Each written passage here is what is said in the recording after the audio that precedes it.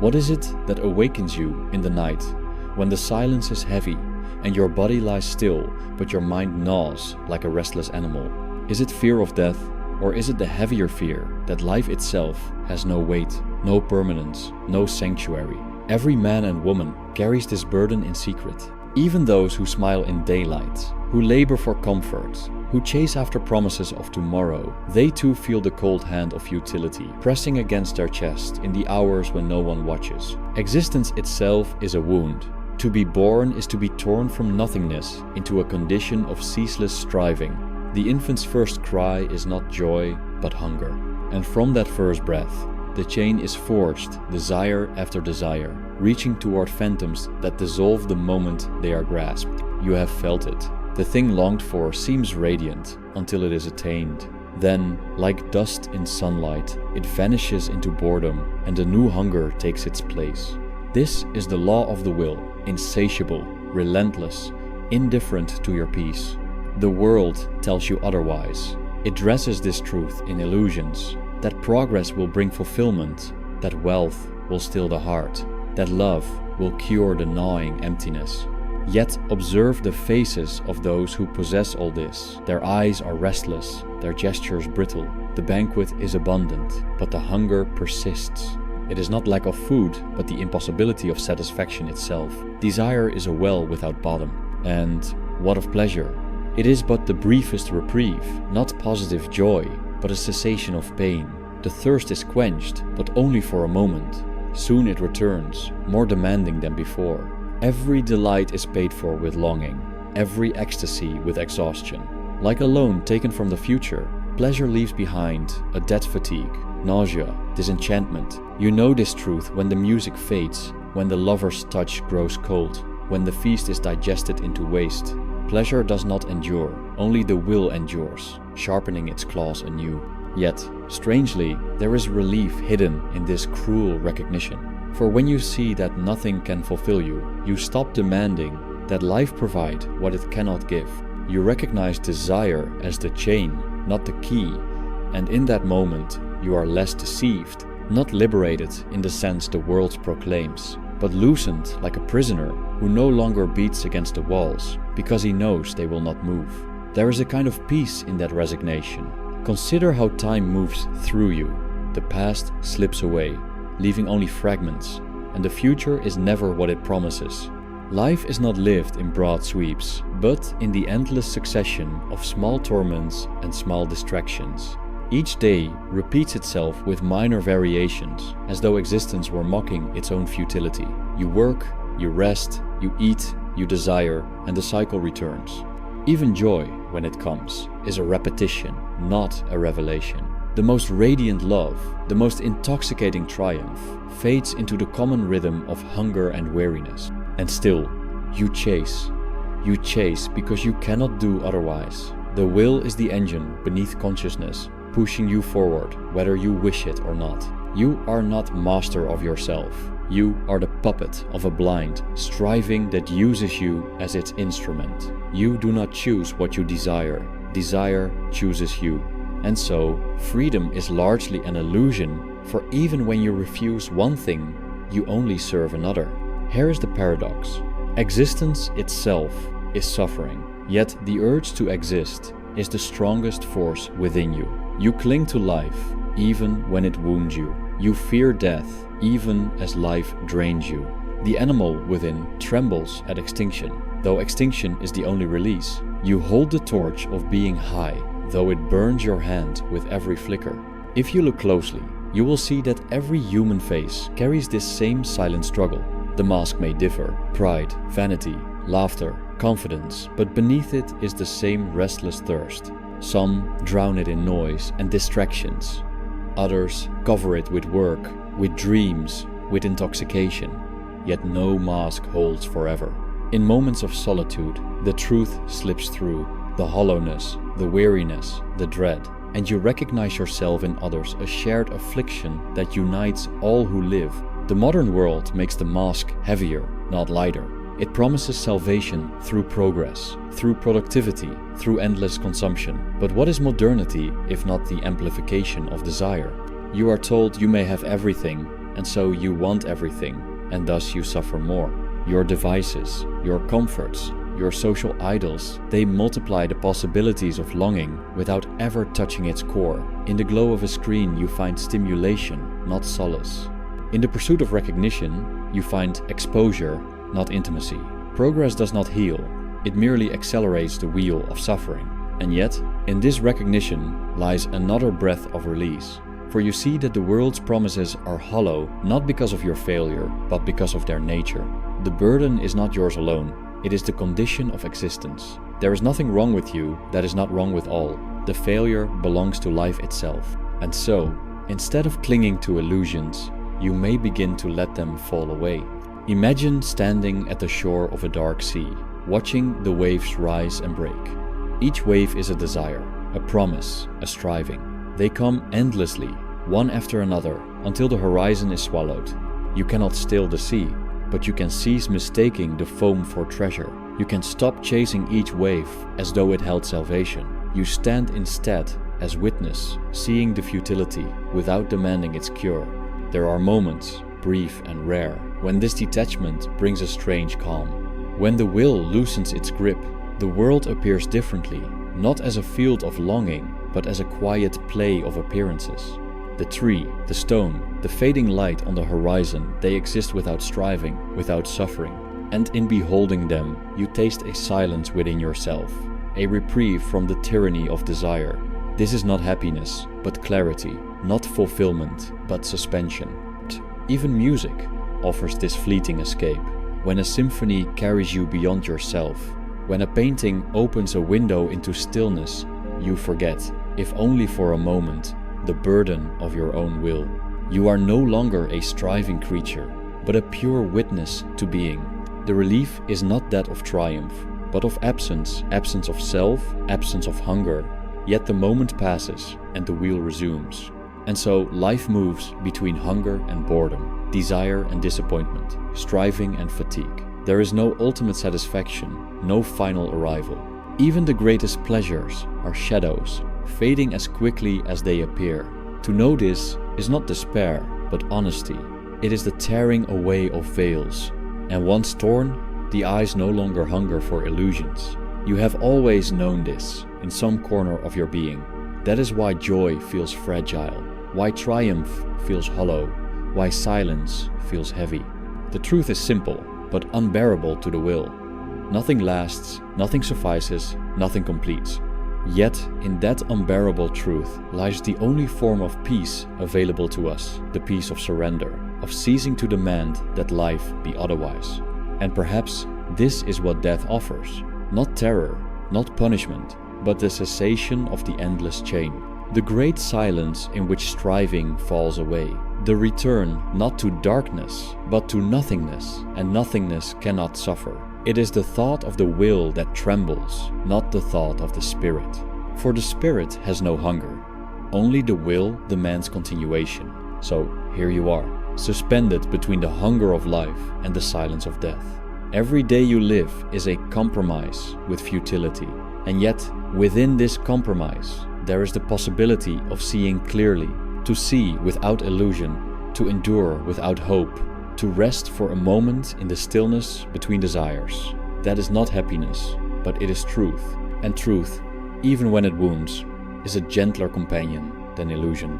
The candle burns low, the shadows stretch, and the question lingers unanswered. If life is a wound, why do you still cling to it so tightly? You clutch to life not because it promises joy, but because the will within you has no power to do otherwise. The hand that clings to the edge of the abyss does not weigh reasons. It trembles, it grips, it refuses. Existence is not chosen, it insists. You are its vessel, its theater, its pawn. The illusion of mastery is fragile, for the will governs you more thoroughly than your thoughts ever could. You do not live because you have found it worthwhile. You live because you cannot unfasten your grasp from being. And so, existence becomes a contradiction. You long for peace, yet you flee the only peace available, the silence of non-being. You beg for meaning, though meaning itself is but another mask. The will invents to prolong its game. What is meaning, after all, but the will explaining to itself why it must go on? Look deeply, and you see that even the noblest justifications for life, love, creation, knowledge are servants of the same hunger, bending their knees to desire. Knowledge is no sanctuary. To know is merely to witness the suffering more clearly. Each truth uncovered strips away another veil, exposing the raw pulse of futility beneath. And yet, even here, there is a strange intoxication, the taste of clarity, the sharp air of seeing without disguise. It does not soothe, but it steadies. Like one who walks barefoot on frozen ground, you no longer dream of warmth, but of endurance. Love, too, deceives. It presents itself as intimacy, as union, as escape from solitude. Yet beneath it is the biological will, ruthless and unrelenting, urging the continuation of life at any cost. What feels like the tenderness of the heart is often the cunning of the species, whispering promises it cannot fulfill. And once the intoxication fades, love reveals its double face: longing, jealousy, possession, betrayal. For even in its purest form, love binds you more tightly to the wheel of suffering. You see it not only in your own chest, but in every tragic song, every desperate poem, the endless repetition of desire disguised as devotion. Creation offers a brighter mask. You labor to write, to build, to paint, to compose, believing that through your works you will leave something that survives the frailty of your body. Yet ask yourself, what survives? A trace, a fragment, a shadow of meaning, and even that, in time, is swallowed by oblivion. Civilizations themselves rise and collapse, their monuments eroded into dust. The libraries burn, the symphonies fall silent, the languages turn into ruins no one can read. What then of your small attempt at immortality? Creation consoles only because it deceives you into thinking the self may outlast its own disappearance. But here, again, there is paradox. Though creation is illusion, it offers moments where the will forgets itself. When the painter loses himself in color, when the writer dissolves into the unfolding of words, when the musician vanishes into sound, the self is suspended, if only briefly. The act is suffering when measured by outcome, but the immersion itself carries traces of silence. Creation does not grant eternity, it grants interruption.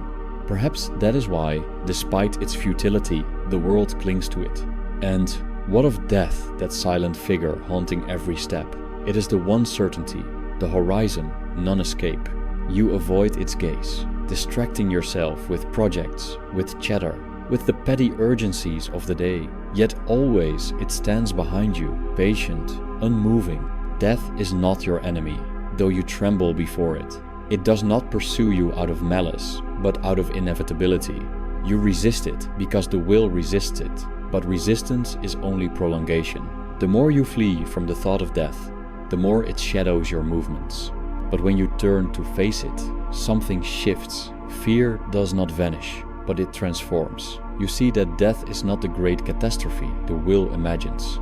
It is not pain, but the end of pain, not loss, but the cessation of losing. What dies is not the essence, but the hunger. The ceaseless striving that drove you is extinguished. And the silence that follows, though unknowable, is free from the torment of desire.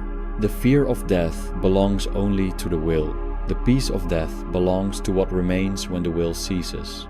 You know this already in fragments. In sleep, when consciousness withdraws, you taste a shadow of it.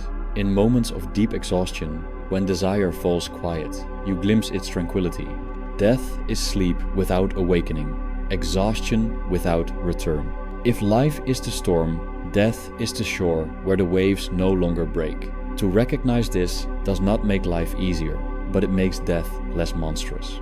And so you live, caught between the fire of desire and the cool silence of non-being. You oscillate, as all beings do, between hunger and dread, between longing for life and longing for release.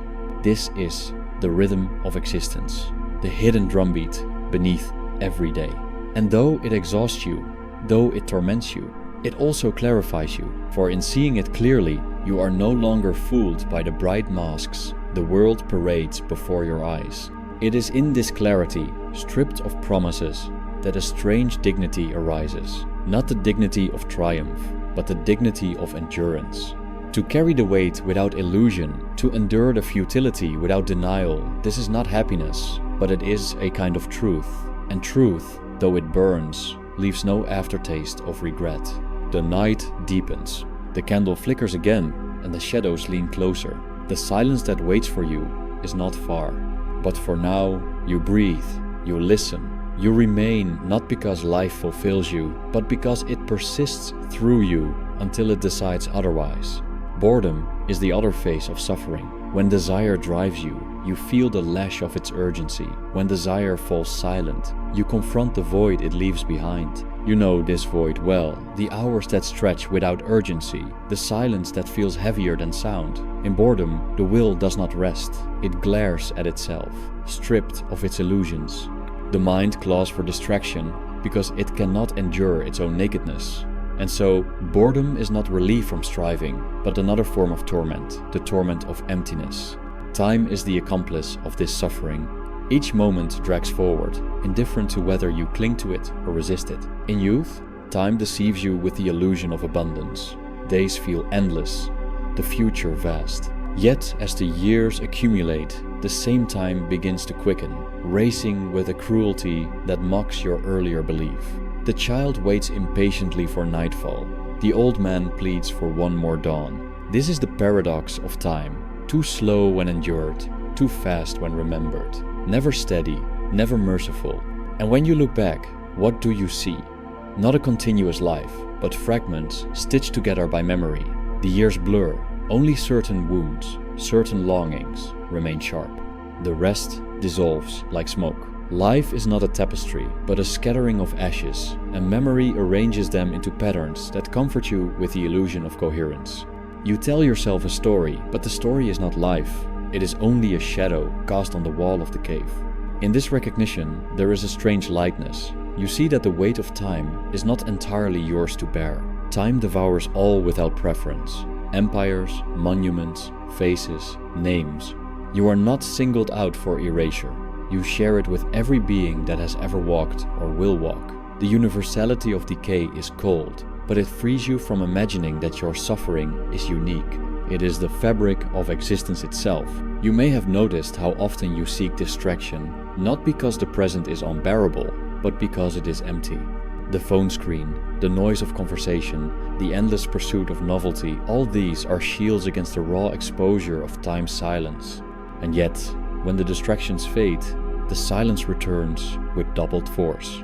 You realize that what you flee is not boredom itself, but the truth boredom reveals, that nothing within the realm of striving can satisfy. Not fully, not finally. Still, even within this cycle, there are moments that pierce through like shafts of cold light. You may find yourself watching rain trace the window pane, or hearing a single note linger in a piece of music. And in that instant, the will loosens its grip. There is no hunger, no urgency, only being.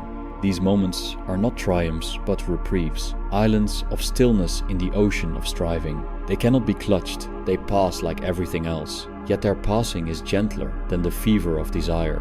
Consider how suffering binds all creatures together. The bird hungers for its worm, the predator chases its prey, the prey trembles in terror.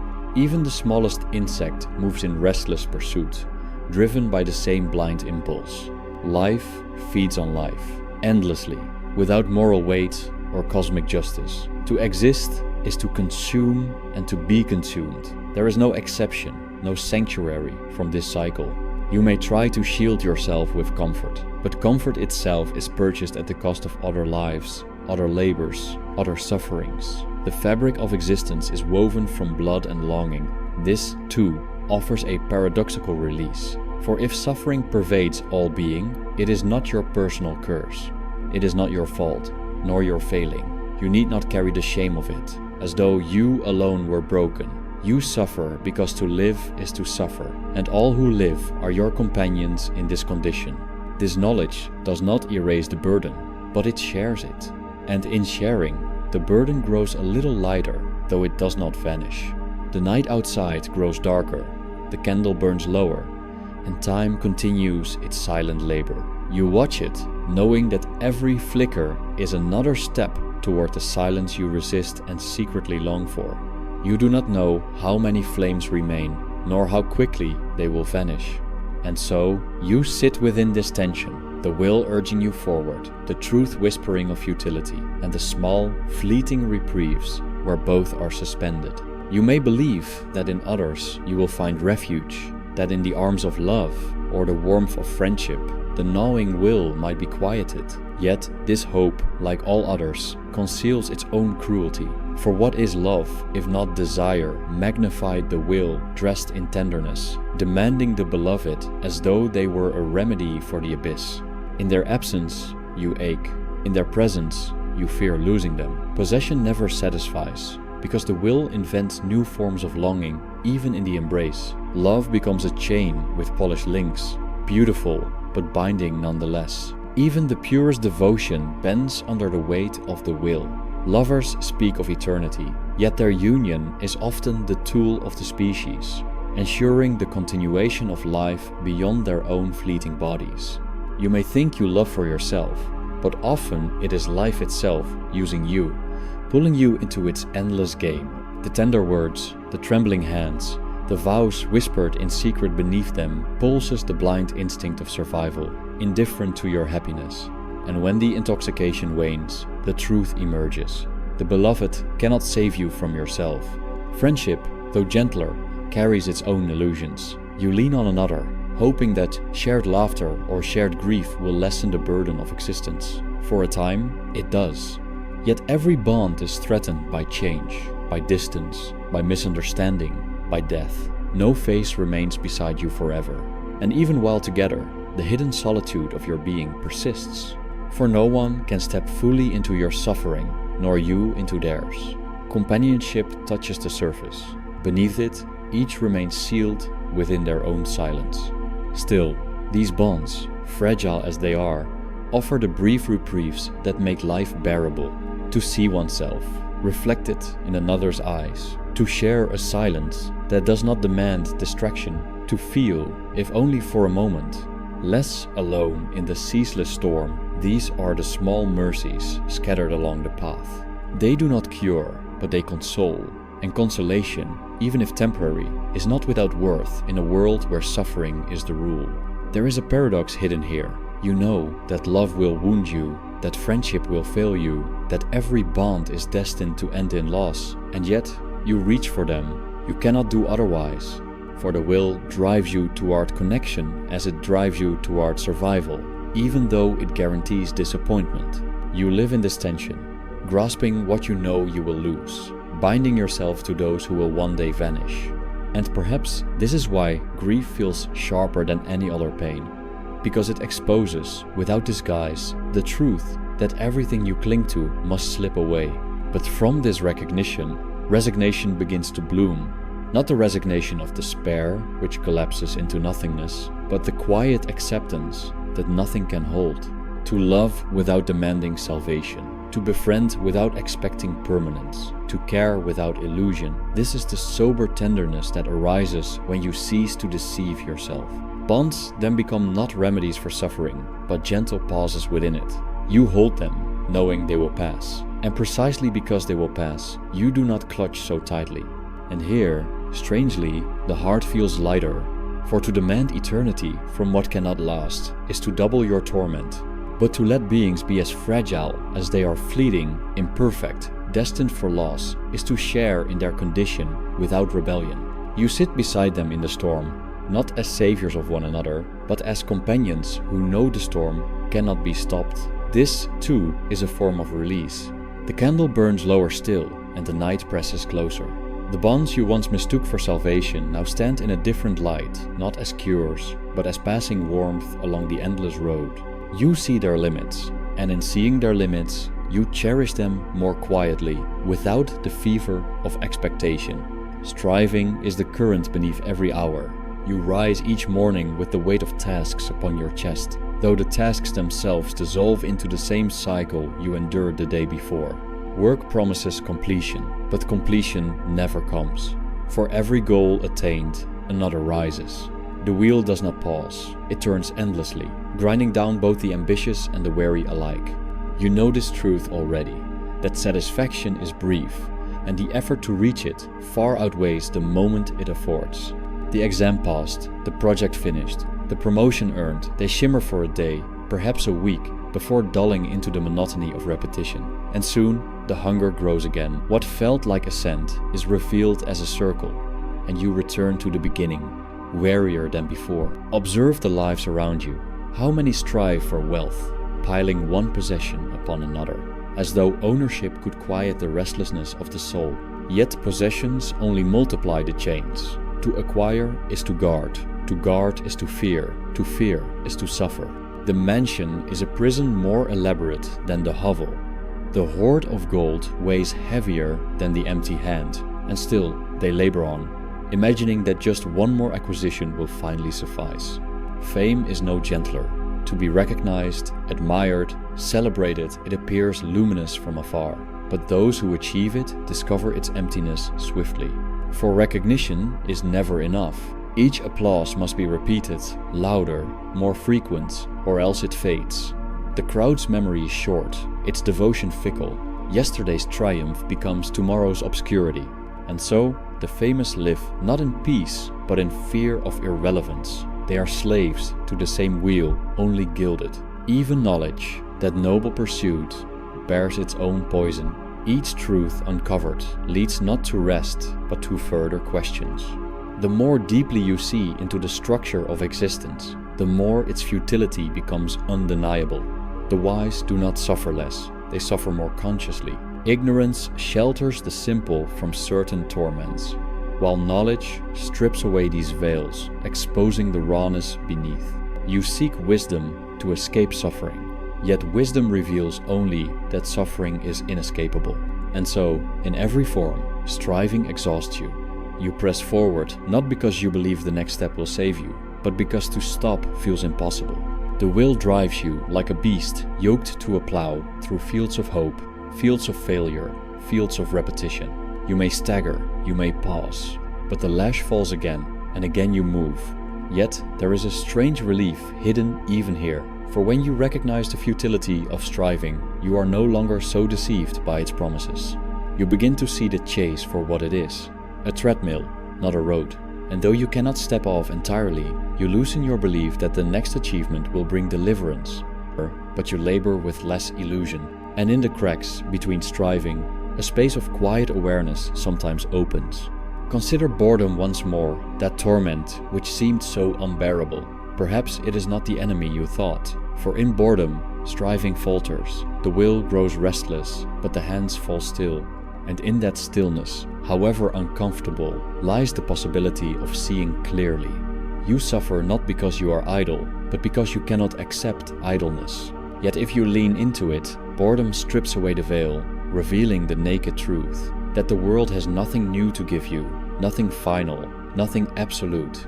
This recognition, though bleak, carries a faint breath of liberation. For if there is nothing to be gained, you need not chase so frantically.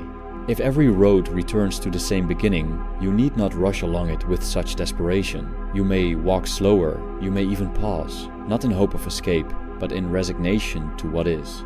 The night deepens. The candle is nearly spent. Each flicker reminds you of your own exhaustion, your own circular path, your own approaching silence. And yet, in this dim light, there is a peculiar serenity. The serenity of seeing the futility clearly, and no longer begging it to be otherwise.